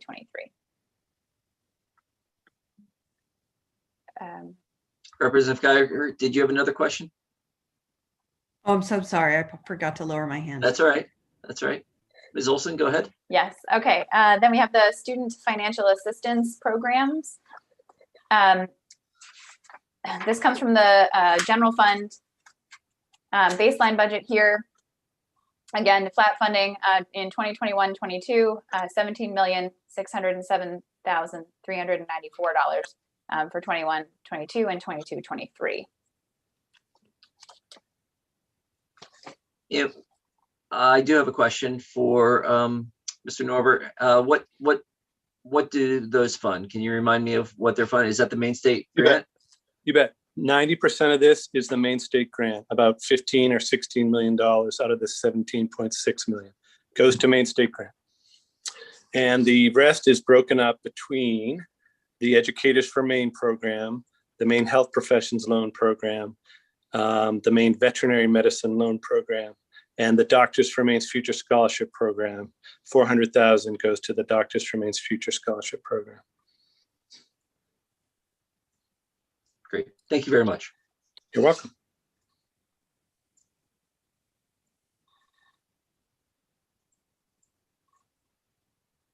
Ms. Olson? I'm sorry, Representative Cullimore. Thank you very much. Does this, it appears, given the level amount of money, that this does not reflect the additional changes that we just heard on or increasing the fund amount should the money be available. Is that correct? Correct, Representative. Doesn't include that. So what would this have to go up to if we were to include something like that, if that were to pass? You're referring to the Maine State grant, right? Bumping up the average award. That's correct. Yes. It would take $10 million to boost the Maine State, 10 million ongoing per year on top of this, to boost the Maine State grant award from $1,500 to $2,500 and still reach that population of 12,500 students a year. Okay, thank you very much. You're welcome. And Representative Geiger. Thank you, Senator Curry. So I'm noticing in 2019, 2020 that we increased the budget by $1 million, and now for the next 2 years we'll hold it steady. I'm assuming we increased that million because the need is so very great, and one of our biggest challenges is helping Maine kids go from high school to some kind of secondary program. I understand the governor's budget is working with a very difficult set of numbers. I'm just wondering if this is the place where we should look to increase rather than flat fund, given the incredible need and the future of our need for workforce. I'm not sure that's a question for our guests here, but that's all right. If any of our guests would like to address that, you're welcome to let me know. Can I just address? Sure, Mr. Norbert. Thank you, Senator. Just to address the first part of your question, I wanted to correct you. That $1 million extra you saw was part of a 2-year infusion of $3 million into the grant program. 2 million the first year, 1 million the second. I think it was 1 million the first year, 2 million the second, for Maine adult learners to benefit from the Maine State grant program. And that is ongoing money now proposed in this. So again, that was for that population that has missed the deadline. They've been out of school for a few years, and we're trying to get them back to achieve a credential of value so they can contribute to the workforce. That's all. So that became the adult learner scholarship program? Yes, 3 million originally, broken up over 2 years. Great, thank you.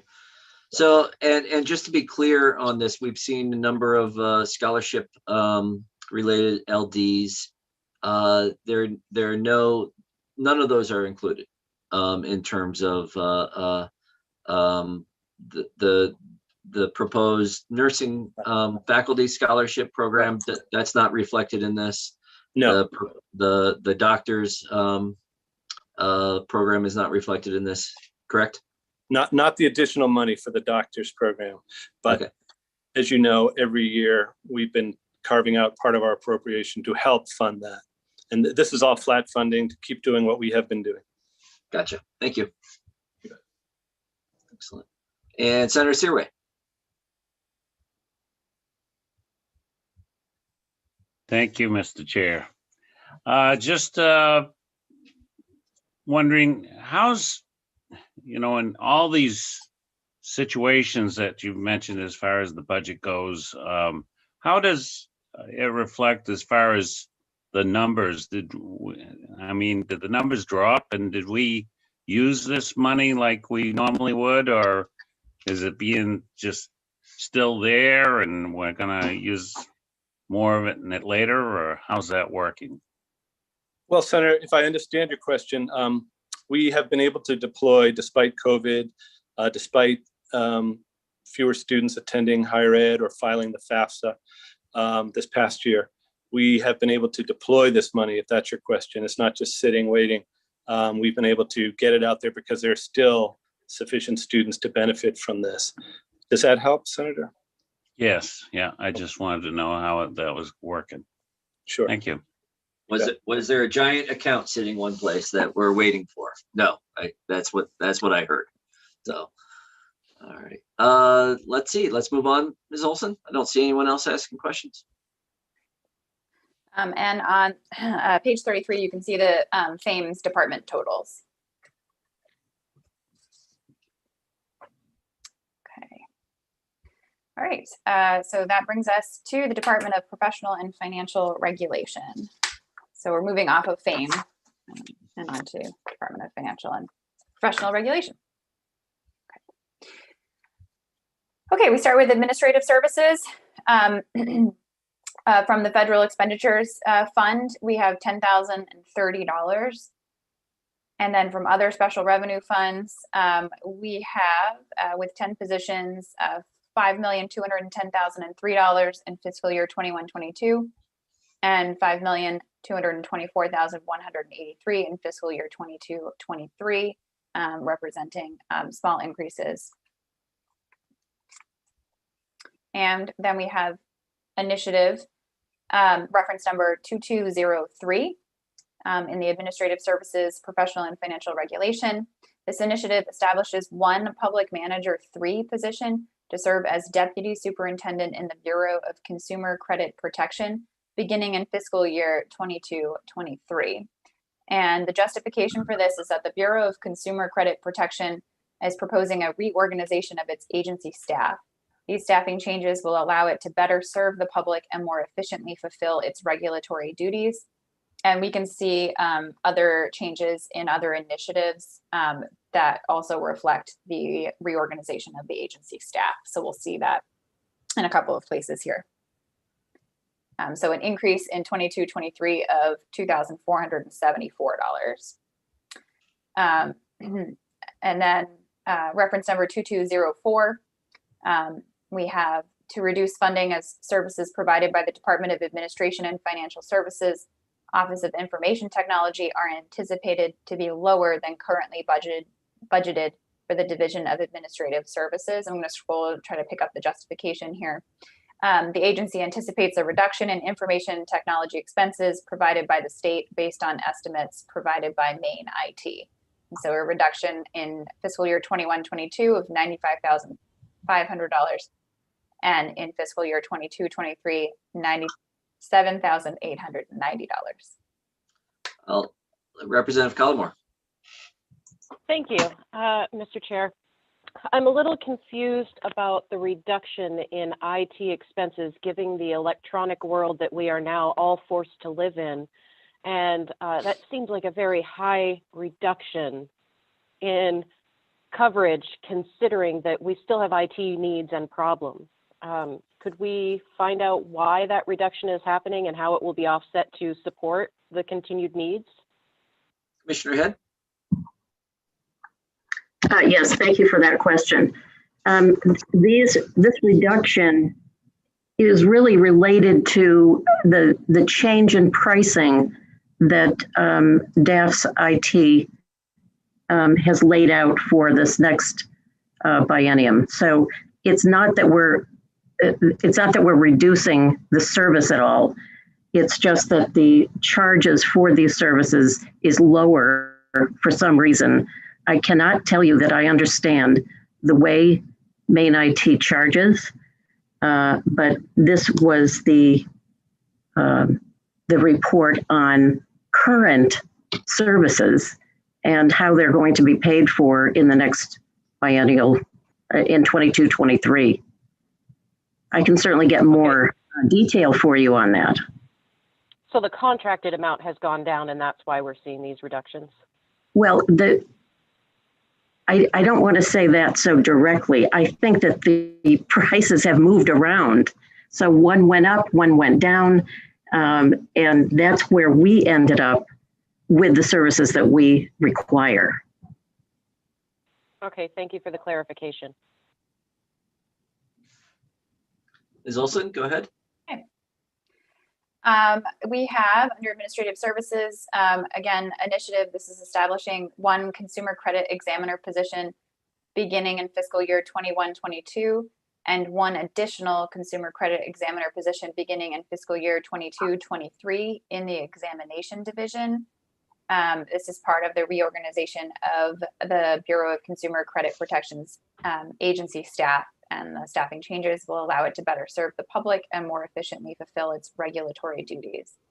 So an increase in 21-22 of $2,473 and in 22-23, $4,946.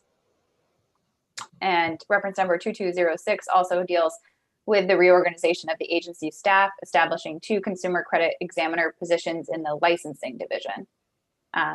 And from, again, these are coming from the other special revenue funds, increased $4,946 in 21-22 and $4,946 in 22-23.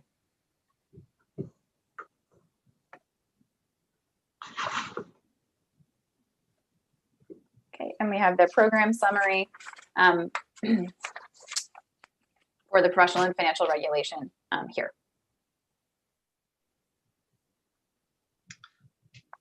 Commissioner Head, you've been, I have a question for you in general.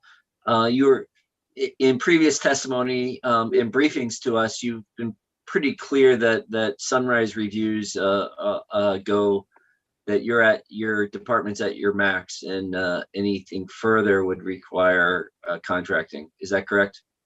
That is correct, yes. Yeah, and this budget does not include any of that. It does not. And I want to say that the Sunrise statute itself has not been touched since the early 90s. And in that, there's a provision that requires a proponent of new licensing to pay up to $1,000 for the Sunrise review to be done. I have managed not to charge for those studies, but it's now a new day. I can't handle that anymore. Last session was really too much. And so I don't have anything in the budget right now to pay for that. But the funds would need to be found either in a general fund appropriation or some other fund. It could be that we could ask for, well, not to get into detail, but I think it's unreasonable at this point to take on Sunrise reviews that are complex, far-reaching. It is not something that it's not just a couple of days of work. It's hours and hours, and I just don't have that capacity any longer. Okay. Thank you very much.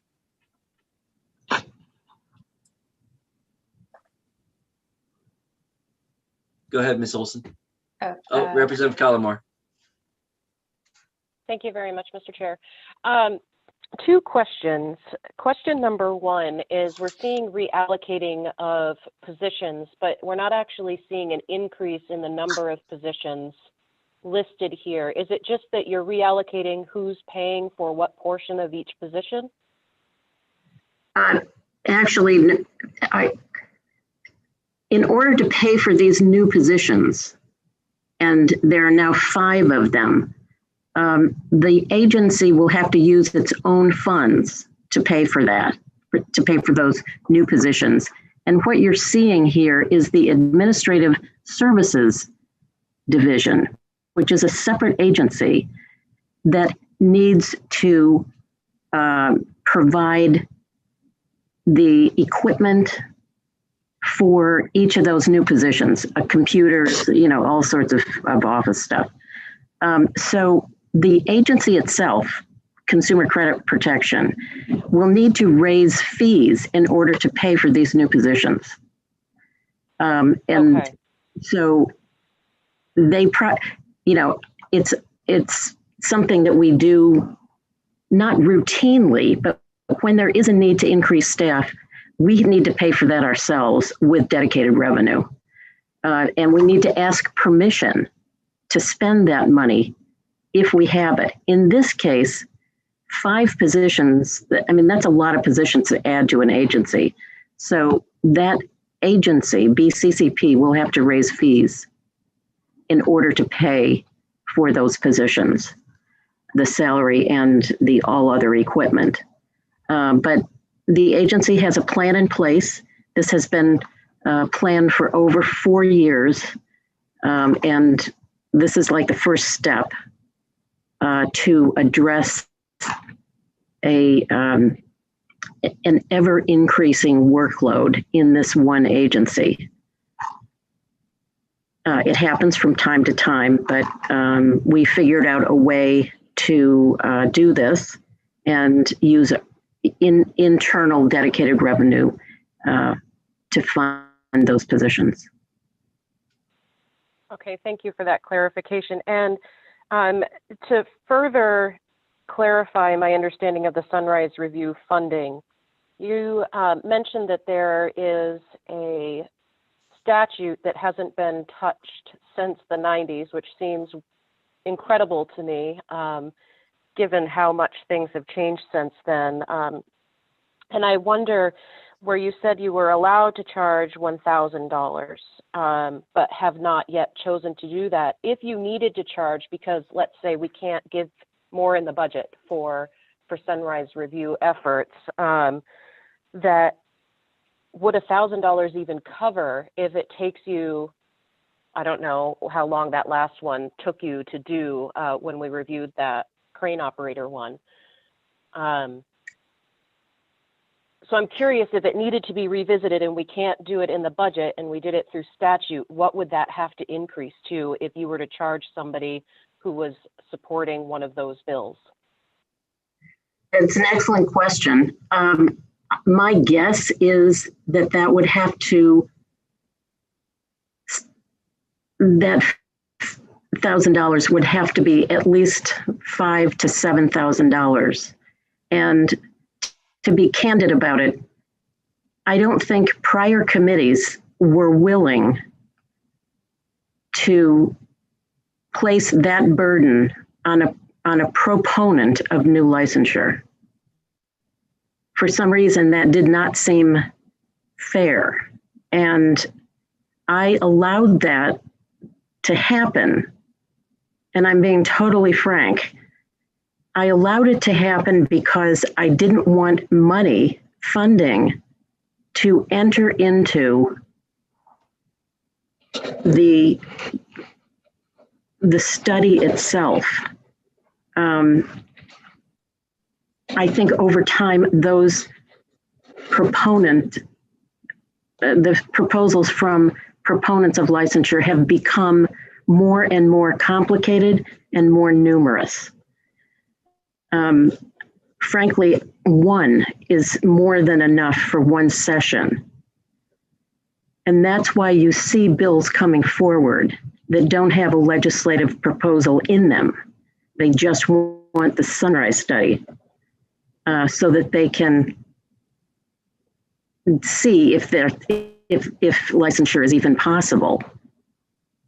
So I take responsibility for that, but the more bills that come forward with new proposals for licensure, I recognized the need to take a different approach. And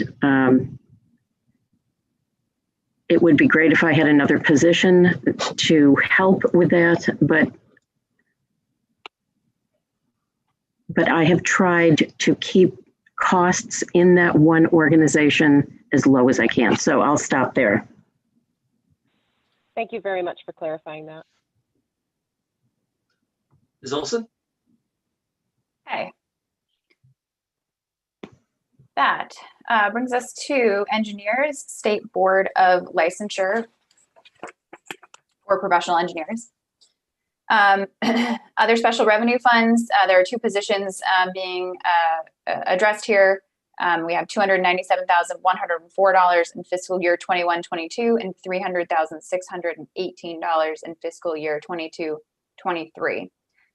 Initiative reference number 2216 provides funding for credit card fees and portal fees related to online licensing services and related STACAP charges. And that is explained.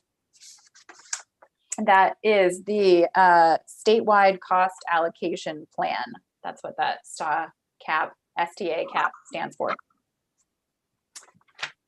The justification is the credit card and portal fees are assessed from merchants for the ability to provide services online. The Board of Licensure of Professional Engineers is on a biennial licensing renewal cycle and sees significantly higher service fees in even fiscal years.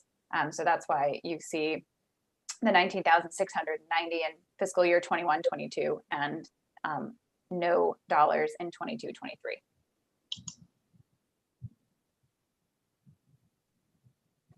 And Representative Callamore. Just to clarify for myself, the allocation is coming from us to be allowed to use that, but it actually is that generated by fees paid from licensure? That's correct. Thank you very much. okay. Awesome. Also, yes. Also, the State Board of Licensure for Professional Engineers, reference number 2217. This provides funding for increased costs as a result of the higher STA cap rates, 3,023 in 21-22 and 3,151 in 22-23. Increased costs as a result of the higher statewide cost allocation plan rates exceed what can be offset in other expense categories.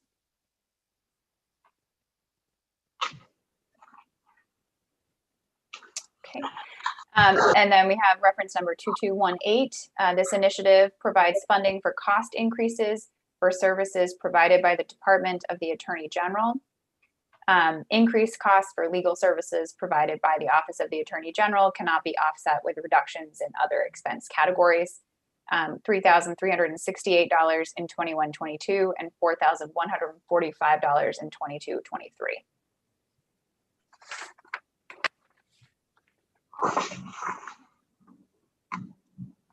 And then we have here the State Board of Licensure for Professional Engineer Program Summary.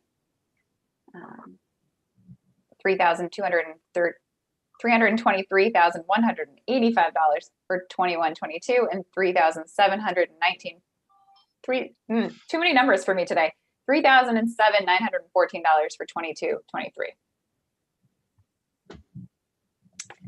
Okay, then we move on to licensing and enforcement. Baseline budget, other special revenue funds, 54 positions. This brings a total here for other special revenue funds to $7,069,798 in 21-22 and $7,161,813 in 22-23. Reference number 2212 for licensing and enforcement. The initiative provides funding for the Board of Real Estate Appraisers appraisal management company filing fees to the National Registry and related STA cap charges. The Board of Real Estate Appraisers will be collecting a fee from appraisal management companies that will be passed through to the National Registry. This is a new expense offset by new revenue. And that is $308,643. Ms. Olson, based on my screens, I can't I'm just seeing your document. I can't quite tell how much further we have. Oh, yep. We are very nearing the end. Actually, Okay. we have 2 more, Great, thank you very much. or 3 more. 3 more. We also have reference number 2213, provides funding for increased costs as a result of the STA cap rates. These again cannot be offset in other expense categories. 7,857 in 21-22 and 43,140 in 22-23. And the licensing and enforcement program summary is on page 40. 7,386,298 in 21-22, 7,513,596 in 22-23. Okay, and we're nearing the very end here. We have Manufactured Housing Board. This is the baseline budget coming from Federal Expenditures Fund 22,486, representing flat funding. And their totals. And that brings us to the end of that budget and just leaves us with language part O. And this morning, I believe we emailed that an email came out from Ms. Olson. Is that correct? Yes, I forwarded an email from Samantha Warren from the University of Maine system regarding this section, the language part, O. Did members receive that?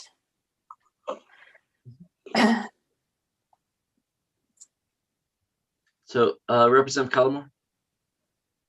I just wanted to clarify, I did see that, and I wanted to clarify that I understood that this is just adding additional technologies to the list that didn't already exist due to changing technology times. Is that correct?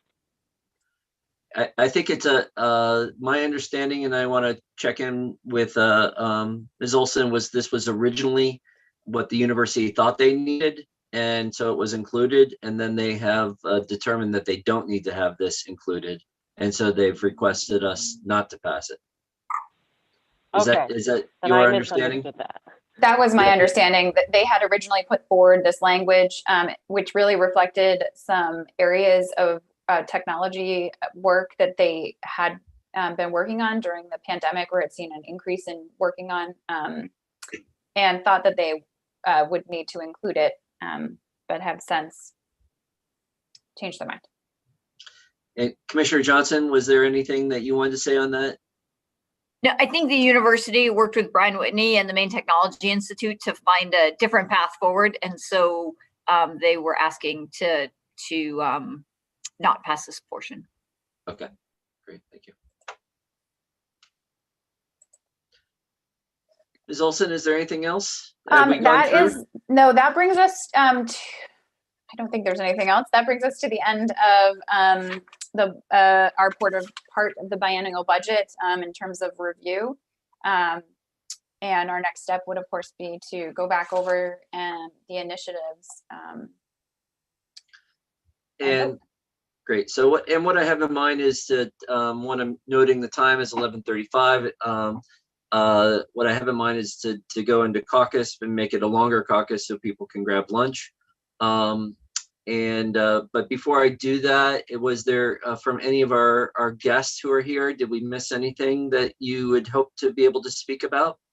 I just want to check in with you. Commissioner Johnson, Commissioner Head? No, From my side, thank you, Senator. thank you. Commissioner Head? Not from my side either. Thank you. Okay. Mr. Norbert, anything else that you had hoped that we'd asked about? No, sir. I did send a correction email that was emailed, I believe, by your good committee analyst about the number of students number of applicants who could be helped through that foreign credentialing program. It's 100 a year. Thank you. Great, thank you very much. Excellent. So at this point, what I'd like to do is go into caucus and combine a caucus with a lunch break. And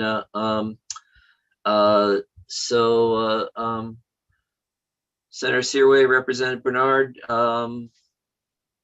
let's see, what about 12:15? Would that work to be able to come back? Yep, That that would sounds work. reasonable. Thank you very much for the extra time. Okay, so we will, I think the live stream will come back on. If, and with a plan of, well, the live stream will stay on, and we will have a plan of reconvening at 12:15. And Ms. Breton, if you're able to either put a screen share or put a camera on one of these boxes that somehow says we will be returning at 12:15, that would be great. We're working on how to keep people that are watching informed as to where we are in the process. So if you could work on that, if there's a way to do that, great. If not, let's we'll solve that for another day. So I'll put it on my box. all right, great. Thank you very much. And please remind everyone to either check out of the Zoom meeting or to mute your video and your audio.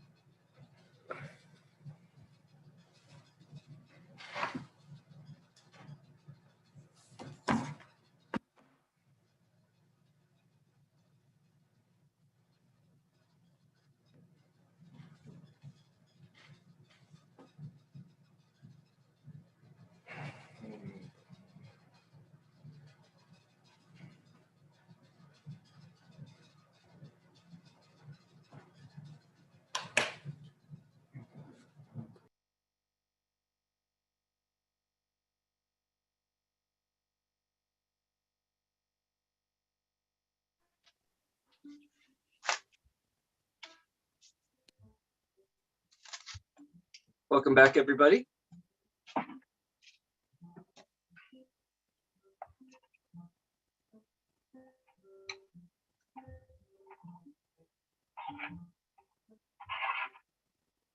Just checking for everyone's cameras. Great, thank you.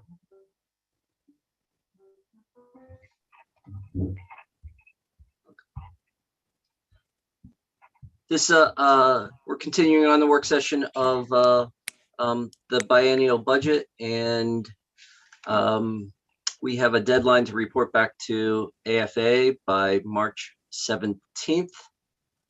Do we have a motion to table this budget for a future work session? Representative Hassenfuss. I'll make a motion to table it. I don't know when we want to reschedule it for, but. Okay. Is there a second? Representative Bernard, is that a second? No. No, I was going to ask, is this an appropriate time to ask for a little bit more information before we bring it back for consideration? We've got a motion on the floor, so we're in that process of the tabling. Let's see. A second, right? So, and as for those following, as procedure requires, a tabling motion has no debate, it's been motioned and seconded. So that's the vote. And Representative, let's see. This is our first tabling motion, I think. And so I think that takes a roll call vote. So, Ms. Breton. Okay.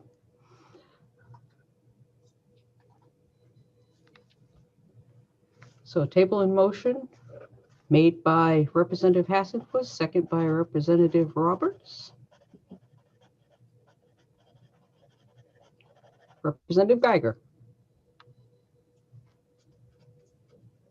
No. Representative Andrews. Still missing. Representative Pepworth. Yes. Representative Pepworth, yes. Representative Collmore. Yes. Just a yes. Senator Lucchini. Yes. Senator Lucchini, yes. Senator Seaway. Yes. Senator Seaway, yes. Representative Ducharme. Yes. Representative Ducharme, yes. Representative Austin. No. Representative Austin, no. Representative Hassenfuss. Yes. Representative Hassenfuss, yes. Representative Bailey. Yes. Representative Bailey, yes. Representative Bernard. Yes. Representative Bernard, yes. Representative Roberts. Yes.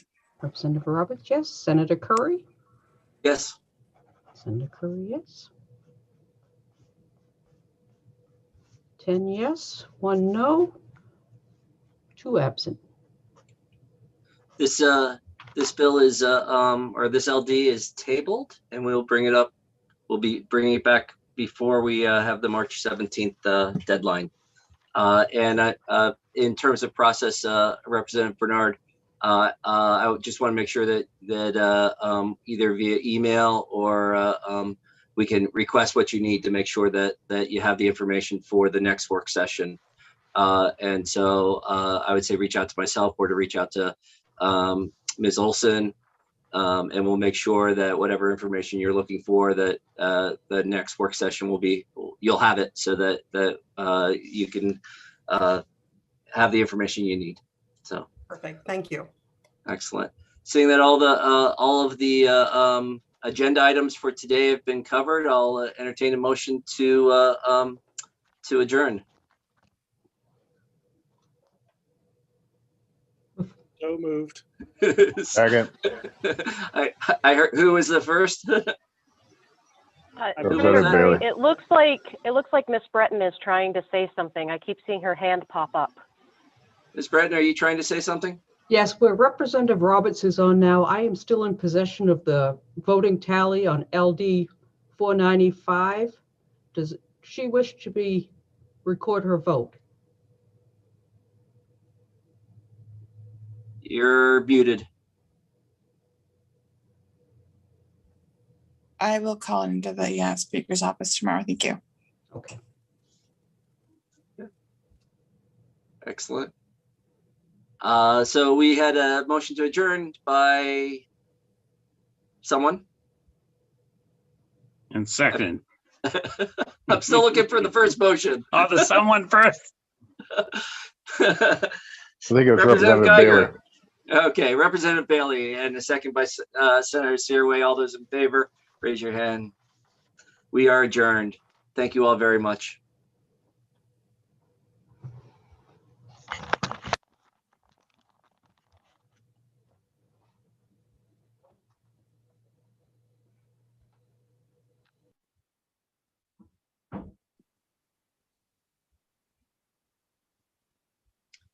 And Ms. Breton, if you could turn on